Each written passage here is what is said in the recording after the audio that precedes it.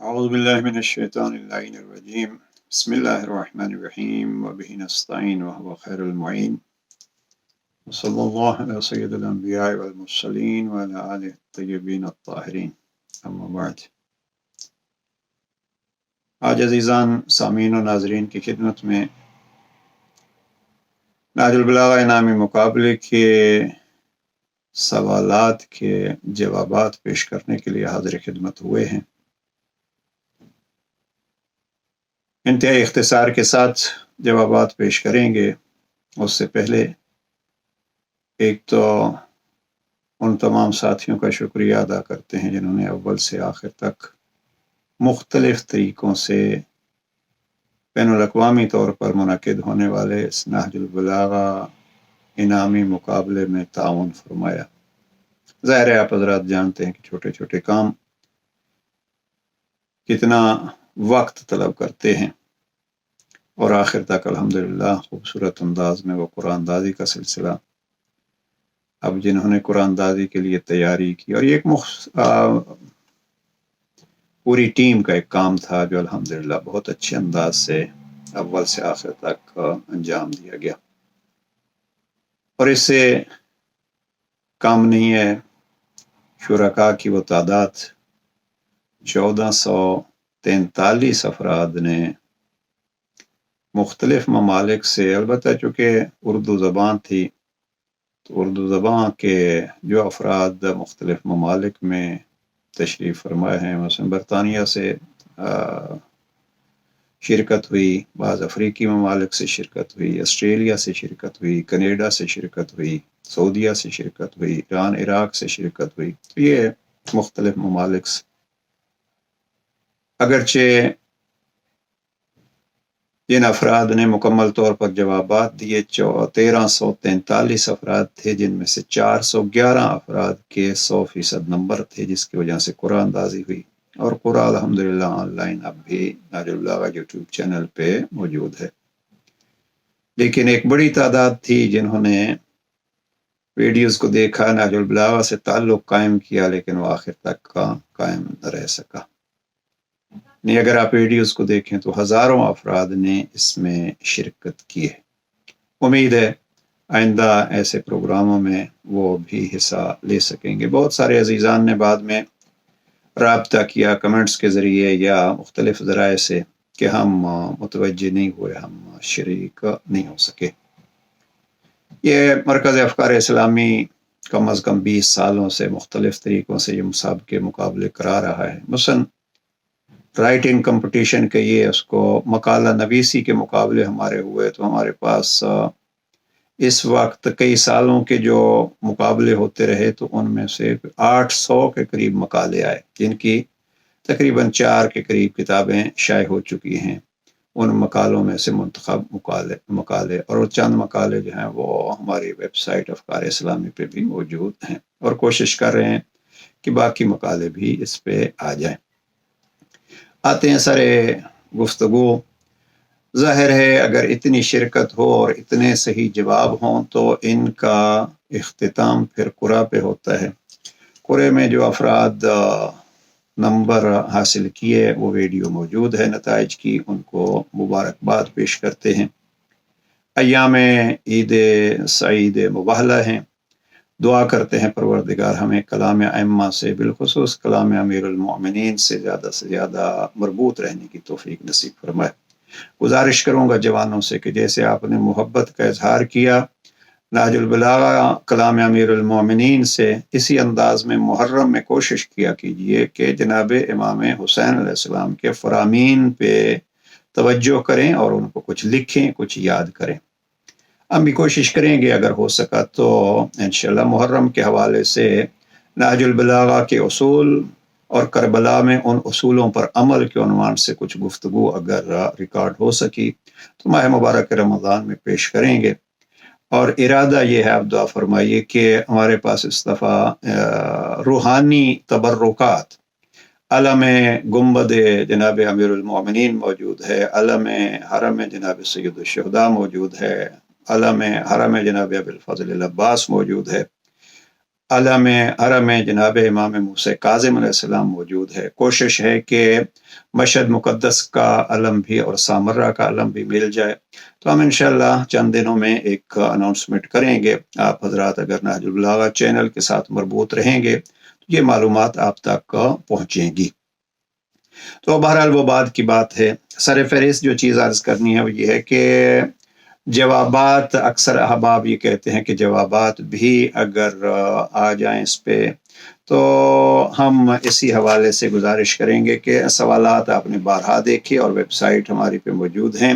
میں سرسری طور پر اور تیزی سے ان سوالات کو بھی دہراتا ہوں اور جوابات کے ساتھ ان کا حوالہ بھی لکھ دیتا ہوں، بیان کر دیتا ہوں، تاکہ آئندہ آپ حضرات اگر نہج البلاغہ کو مطالعہ کریں تو آپ کے ذہن میں یہ ہو کہ نہج البلاغہ میں کون سی چیز کہاں موجود ہے۔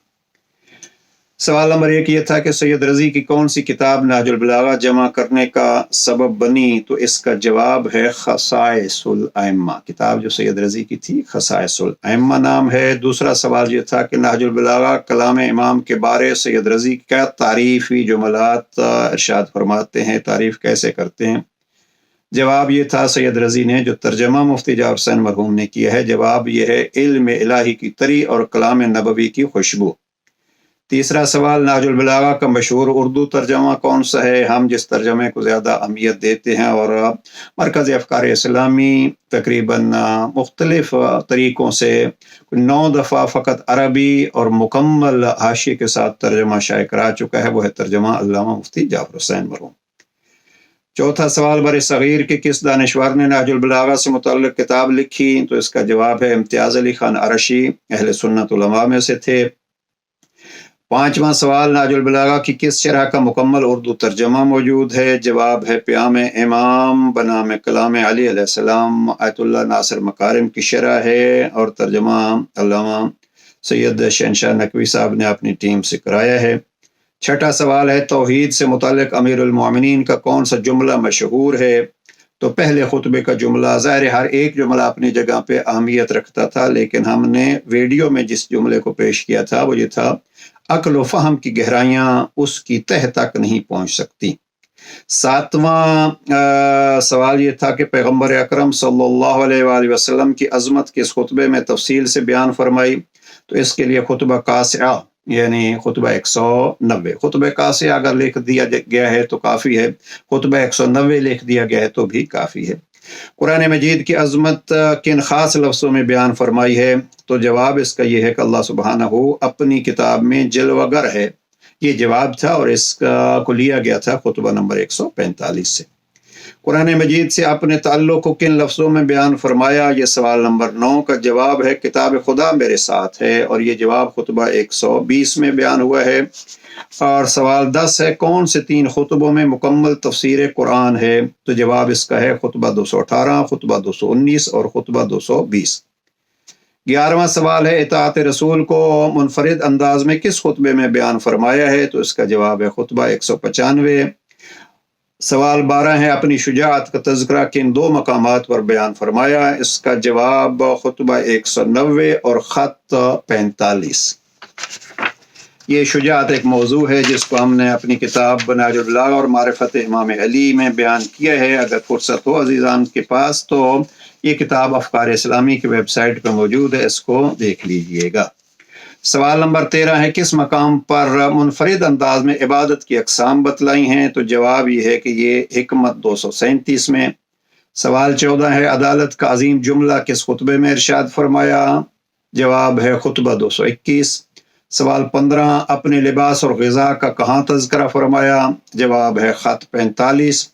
سوال نمبر 16 ہے کہاں اپنی مظلومیت کو بیان فرمایا؟ جواب ہے خط 28۔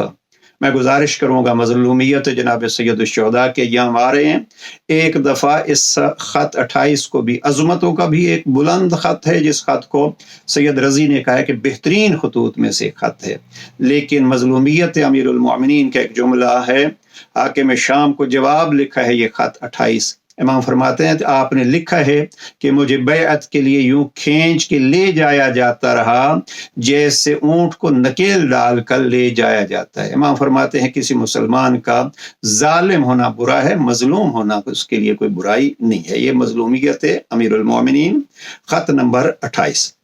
سوال نمبر 17 ہے کس خطبہ میں اہل بیت کو دروازے سے تشبیہ دی؟ جواب ہے خطبہ 152۔ سوال 18 کس چیز میں خود کو انبیاء سے تشبیہ دی؟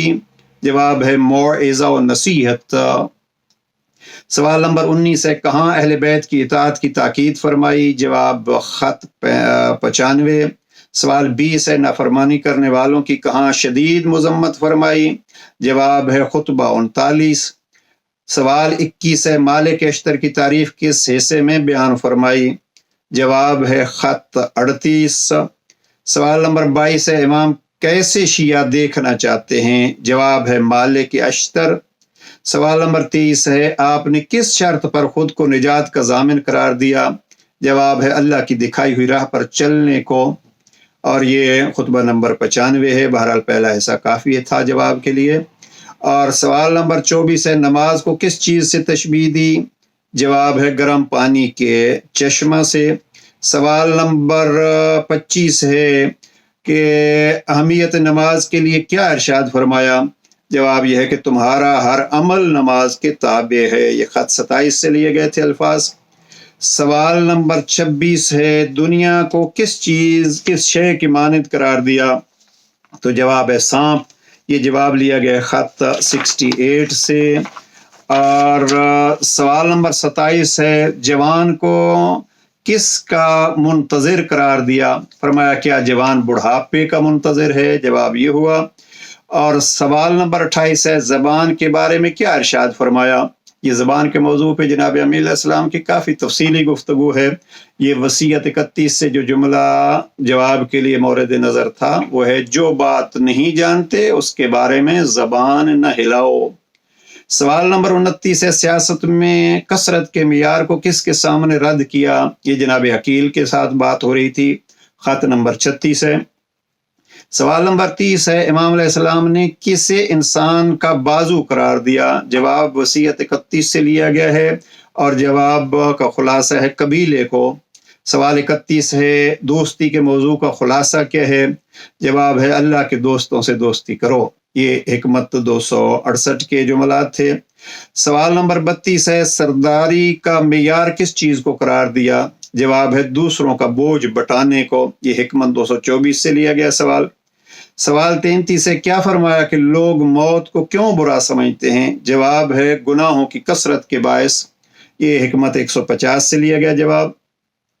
34 مرکز افکار اسلامی کی کس کتاب کا ذکر ہوا ہے؟ چراغ راہ۔ اور یہ چراغ راہ بالکل چھوٹی سی کتاب ہے۔ پھر گزارش کروں گا یہاں کہ اگر عزیزان تفصیلی مطالعہ نہیں کر سکتے نہج البلاغہ کا تو کم از کم اپنے مطالعے کو اس چراغ راہ سے شروع کریں، اور افکار اسلامی کے ویب سائٹ پہ یہ کتاب موجود ہے۔ سوال نمبر 35 معاف کر دینے کے جملے کا مخاطب کون ہے؟ تو جواب ہے مالک اشتر۔ یہ خط 53 سے جواب لیا گیا۔ سوال نمبر 36 ہے امام کی بڑی حسرت کیا تھی؟ جواب ہے امام کی حسرت یہ تھی میرے علم کو لینے والا کوئی مل جاتا، اور یہی حکمت 147 کے الفاظ ہیں، اور یہی ہمارے مد نظر تھا اس مسابقے کو، اس مقابلے کو انجام دینے کا، کہ اللہ کرے انہی چیزوں کے ذریعے سے ہمارے جوان، ہمارے عزیزان نہج البلاغہ کی طرف آئیں اور کلام امیر سے علم علی لے کے اپنی زندگیوں میں اپنائیں اور دوسروں تک بھی یہ تحفہ پہنچائیں۔ سوال نمبر 37 ہے فرصت کی گھڑیوں کو کس سے تشبیہ دی؟ جواب ہے تیز رفتار بادل سے۔